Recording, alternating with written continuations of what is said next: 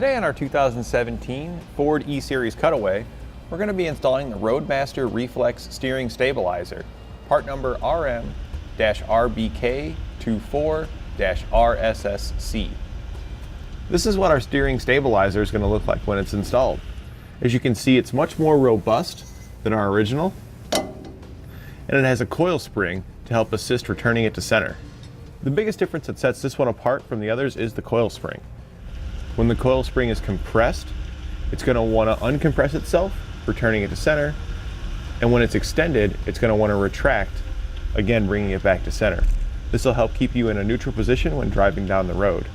What's important about this setup is if the vehicle starts to veer, you hit a pothole, going over uneven pavement, or even during a tire blowout, it's going to help maintain control of the vehicle, bringing it back to center, keeping it from shooting off one direction. With the steering stabilizer assisting to keep the vehicle tracking straight, it's also going to reduce driver fatigue. So this will make those long road trips a lot easier on you. And you'll have the energy to do something when you get there. It comes with all the brackets and hardware you need. There's no cutting or drilling required, and it attaches right to your factory mounting locations. When we take it out on our test course here, when going over bumps, it wants to help the steering wheel return to center. And when we're going through our slalom course and evasive maneuvers, it also helps it track back to center. It provides an overall more solid feel on the front end. Now that we've gone over some of the features, let's show you how to get it installed. To start our installation, we'll need to remove our old stabilizer bar. To remove this bar, we're going to need to remove these two U-bolts here and the bracket on the other side. We'll start with the U-bolts. There's 4 nuts on the back that you can take off with a 13mm socket. We'll remove those.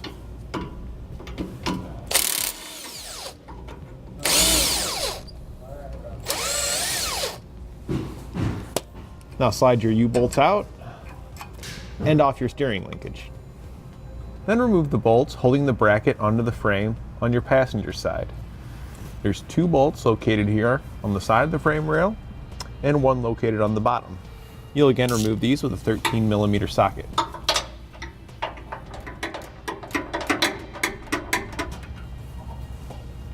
And when removing your last bolt, make sure you support it as it's going to drop down.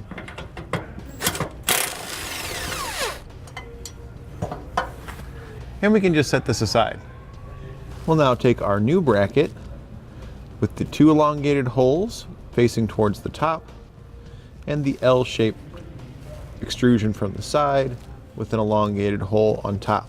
We'll place this up along our frame rail where our old bracket was located, and then we'll install it with our new hardware.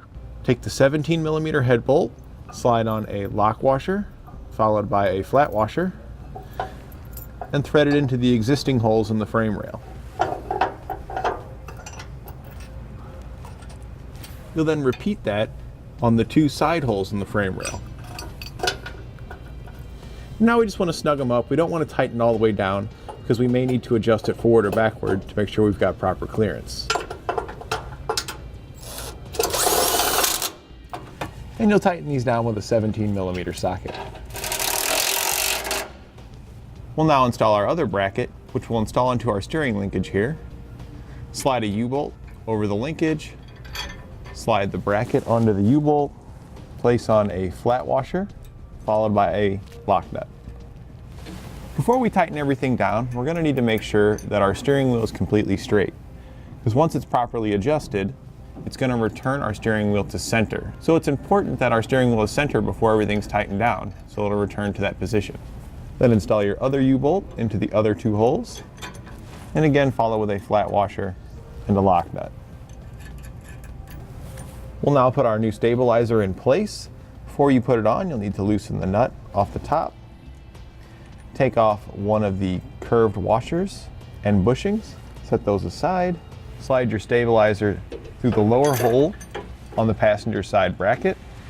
Put your stabilizer bushing back on with the small center ring facing in towards the bracket, followed by the curved washer with the curved portion facing in over the bushing, and then put that nut back on.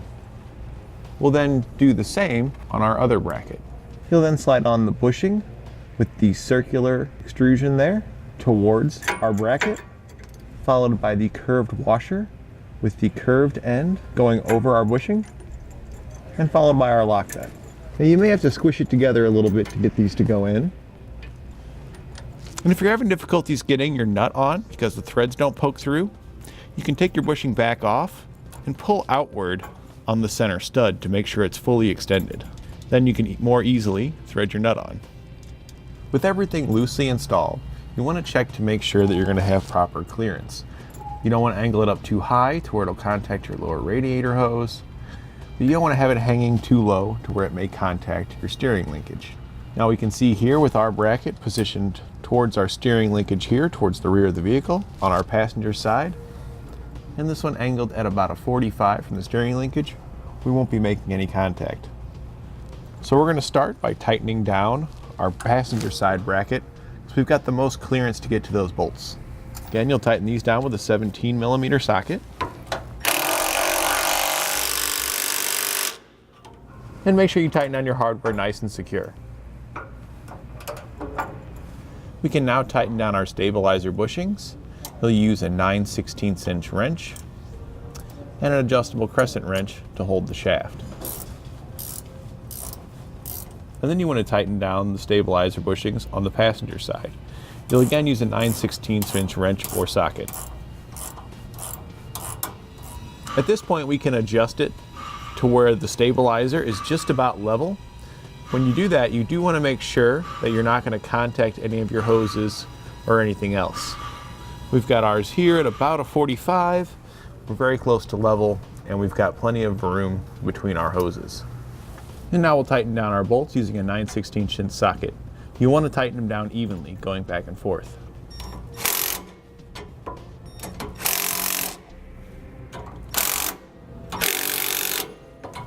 And then torque them down to the specifications in your instructions. Again, making sure that you go back and forth, tightening them down evenly.